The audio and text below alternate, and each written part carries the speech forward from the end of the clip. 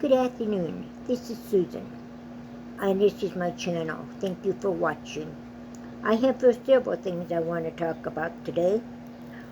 One is aluminum foil. You know, we are facing an aluminum can shortage, and that is affecting the breweries.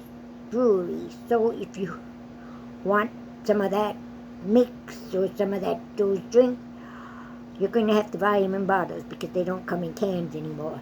Or they won't shortly.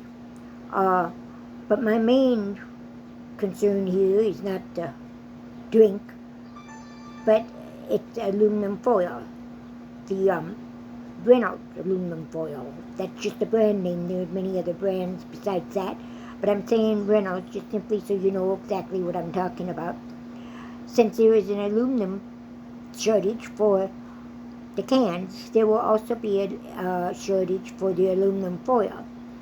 And I have heard that the prices are still going up, even if they haven't got a shortage yet. But the prices are climbing really, really rapidly on the aluminum foil. So if you need some, get some fast. I have a restaurant supplier, and I got my aluminum foil from there. That will last me a long time. However, if you run short of aluminum foil and you can't find any, or it's too expensive to use to get, remember what our grandmothers and our mothers probably did. They would use the aluminum foil and then they would wash it, and then they would reuse it. They would reuse it until it actually fell apart on them. And so maybe we're going to have to go back to that. The waste not, want not, and make do with like our grandmothers did. Another thing that is happening in this world is all these cyber attacks. Now, if we were up early this morning, even if it wasn't too early this morning, our internets were down, or the networks were down. And I know this for a fact because I was talking to Walmart at that time, about 11 o'clock this morning, our time, which is Central Time, and they were having trouble with their networks. They couldn't get the information that they wanted because their networks weren't working.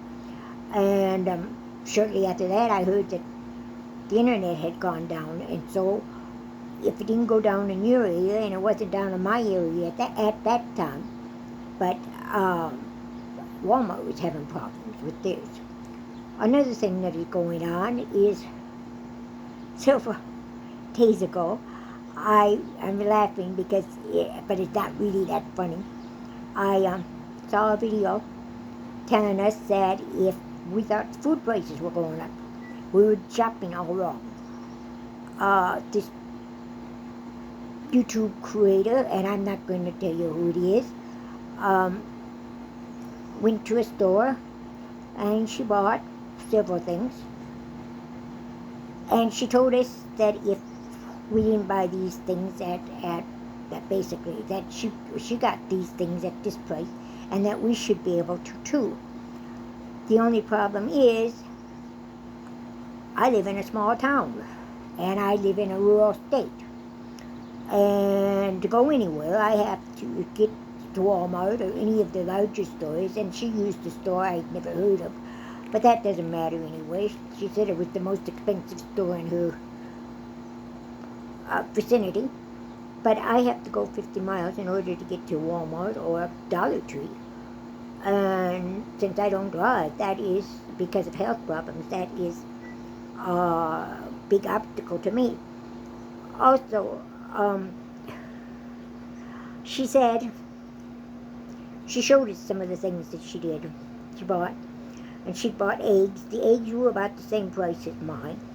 The bread was about the same price as mine, although she got the more expensive bread, and I got store brand. She told us that if we looked on the bottom shelf, we would get the bargains. Well, there is no bottom shelf on my store, and if I don't want to pay that price, I don't get it.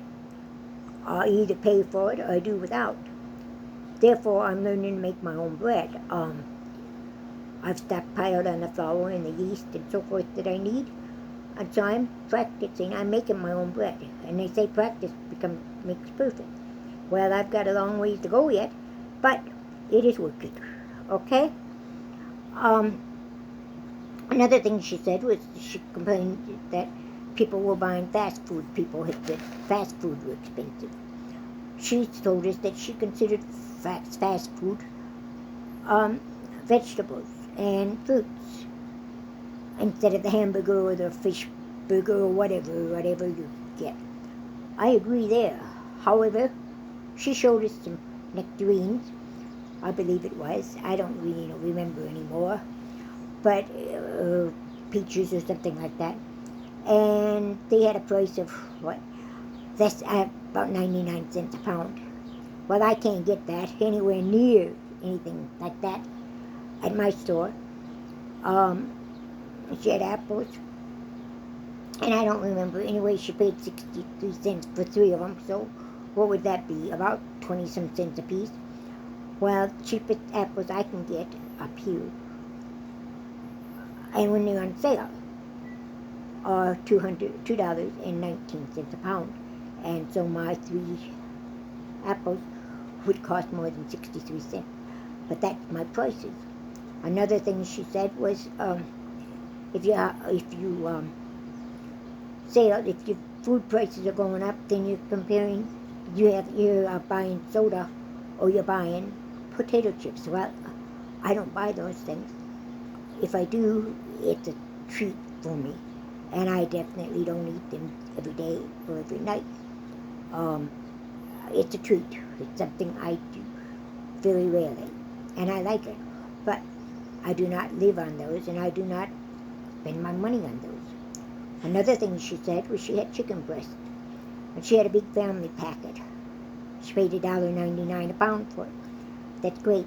But I had bought the same chicken breast, same way, and I paid over $10 a piece, $10 a package, and that was $3.98 a pound. I hadn't ordered them. I had ordered something else, but they substituted them, so I ended up paying for $3.98 a pound for them instead of her 99, $1.99. She said when she showed those things, she said, I hear people say that their chicken breast cost $7 and something, or $5, $6 something other. She says the only way they cost that much is if you live in Alaska or Hawaii.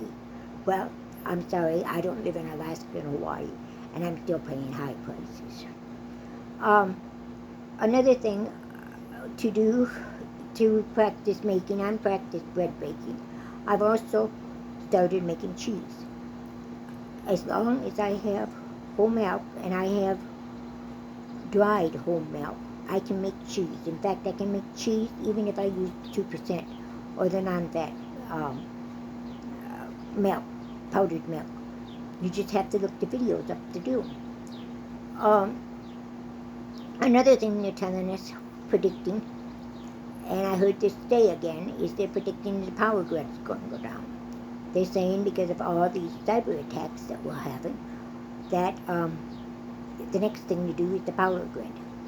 So have an alternate cooking means, or do not rely so much on your freezers, because if that power grid goes down during these days, especially as hot as it is, all our food will go to waste unless we have an alternate cooking means, such as camp stoves or fireplaces or fire campfires or so-and-so. We won't be able to survive. We won't be able to save that meat. I dehydrate a lot of my meat. I dehydrate a lot of things. In fact, I took a grocery order today, and yes, it was expensive, but I'm also going to dehydrate most of it. I got 2 to dehydrate. I've got a ham to dehydrate. They had the colored peppers on sale, and I paid $1 for each, $1 a piece for the red peppers. Now, maybe that's not a high price for you, is an extra high price for you, but not for me. Mine are plain green red peppers run approximately $100. I keep saying 100 there. That's expensive, believe me. Most of our green peppers will run, if they're not on sale, $1.50. So getting these red peppers, these colored peppers, for $1 was really a bargain for me. So that's something I do. I've got broccoli to dehydrate, and I'm busy. I just finished dehydrating rhubarb, and I have got kind of a rhubarb sauce that I'm going to try to dehydrate. I'm going to do one tray of it and see what happens there. So stay tuned for that.